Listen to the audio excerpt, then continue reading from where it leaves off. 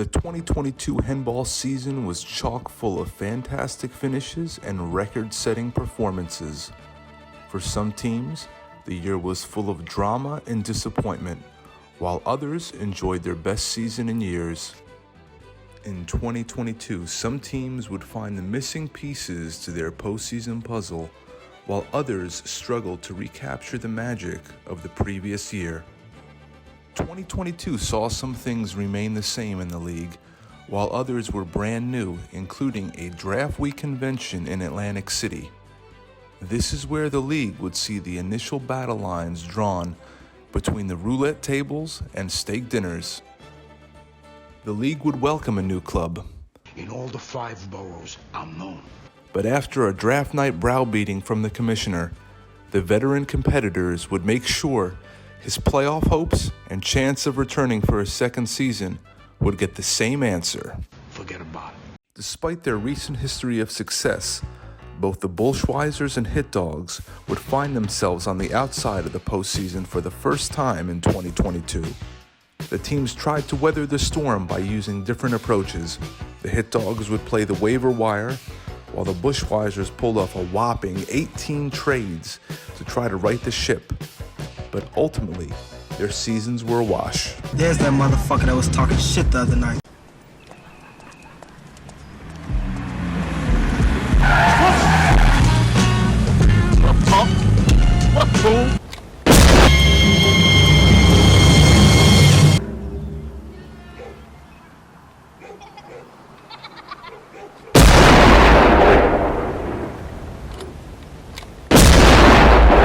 After reaching the championship in 2021, McCutcheon's Nuggets would soon find out that staying on top after a glimpse of success is a whole different ballgame.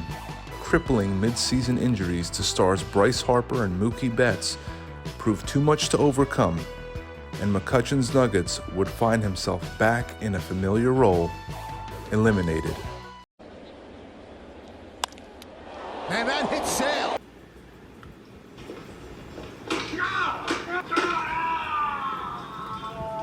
As the playoff picture came into focus, 6 teams found themselves with a chance at immortality. The race for the East was a runaway, with the Sultans of Swing jumping out to a huge lead by mid-season and coasting to the finish line. Everybody first, let's meet Matt. Matt, come on out.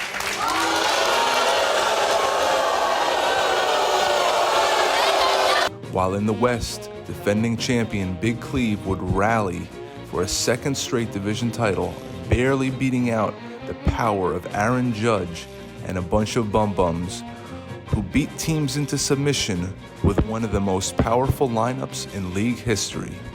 The wildcard races also proved fast and furious, with Pink Sink Brown Pipes ending a playoff drought behind a loaded rotation.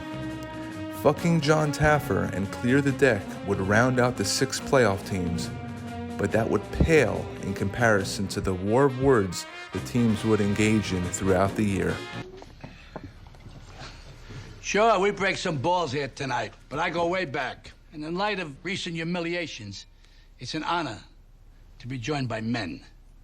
And not faggot-ass, cornholing cocksuckers. He should fucking die. Fuck right off. Fuck off. The bad blood proved to be a distraction as they were headed for an early playoff exit, thanks to Brown Pipes and the brute force of bum-bums. I'm not saying you gotta go back there this minute, but you gotta go back. I mean, it's the only way. You gotta go home, okay? Look at me. You gotta go home. Smarten up. You're everyone's problem. You're unsafe. I don't like you because you're dangerous. That's right. I want you to sanction the hit. What? Are you fucking kidding me? He violated my wife's honor. He insulted her. He made a very insensitive joke about her body to some friends of ours. What did he say? Have to repeat it? My word's not good enough? I'm making a point. I'm talking about my wife's honor here. My honor. I just want to go out. I really want to.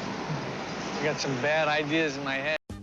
The semifinals would see the top 4 teams in the league clash. Which opponent poses the biggest threat to you in the tournament? If I get drunk and fall down, hurt myself, I might lose. See, Joe, but then you take my 75% chance of winning.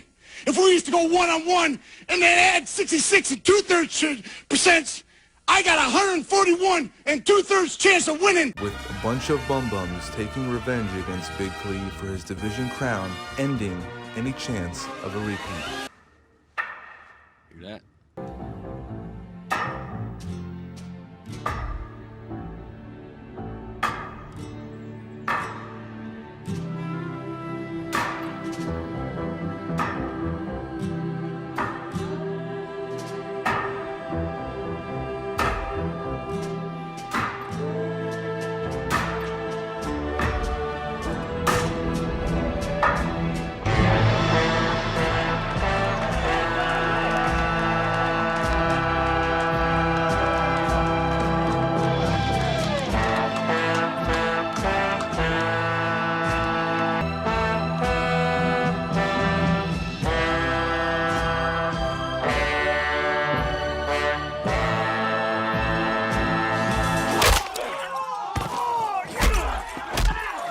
The semifinals would also prove the end of the line for Pink Sink Brown Pipes as they would run into the Sultans of Swing Buzzsaw.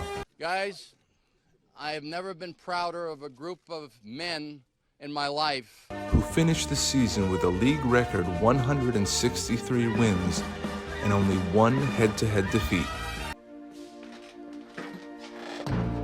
Captain, my captain. Sit down, Mr. Anderson.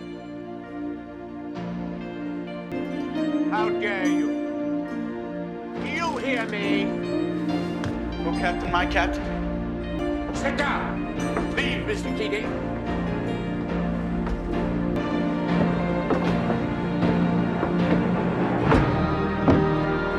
Sit down.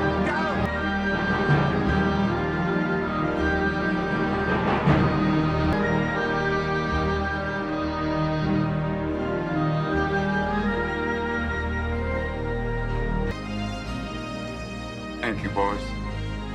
They say styles make fights, and this was never more true than the 2022 Henball Finals. The Sultans of Swing was making his 3rd championship appearance and seeking his 2nd ring, while Bum Bums rode his record-breaking lineup and underappreciated pitching staff to the best season in franchise history. As the 2 teams dramatically fought to the finish line, Bum Bums reached the end of the 7 days with a lead that would have normally brought home a championship.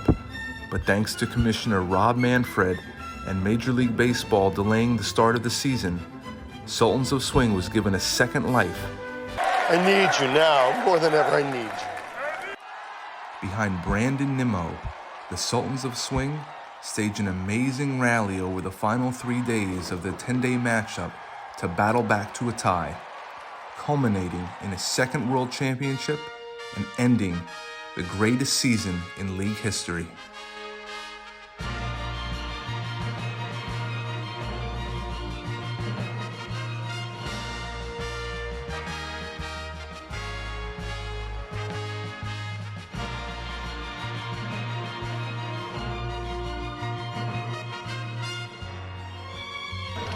This was our finest hour. The coaches and the great athletes, you were magnificent out there today. You really are. And take pride and be proud. Your commitment to excellence and your will to win will endure forever. You were magnificent. Now you just gotta prove it to yourself, just right? myself. No TV, no newspapers, just you and me. Nothing, just you and me. Want to ring the bell? All right. Ding, ding. I think you taught me too good. Look and fly. Look out now. No, you don't want any of this. Come on. Maybe I'm in here with the wrong guy. Come on, watch yourself. Ready?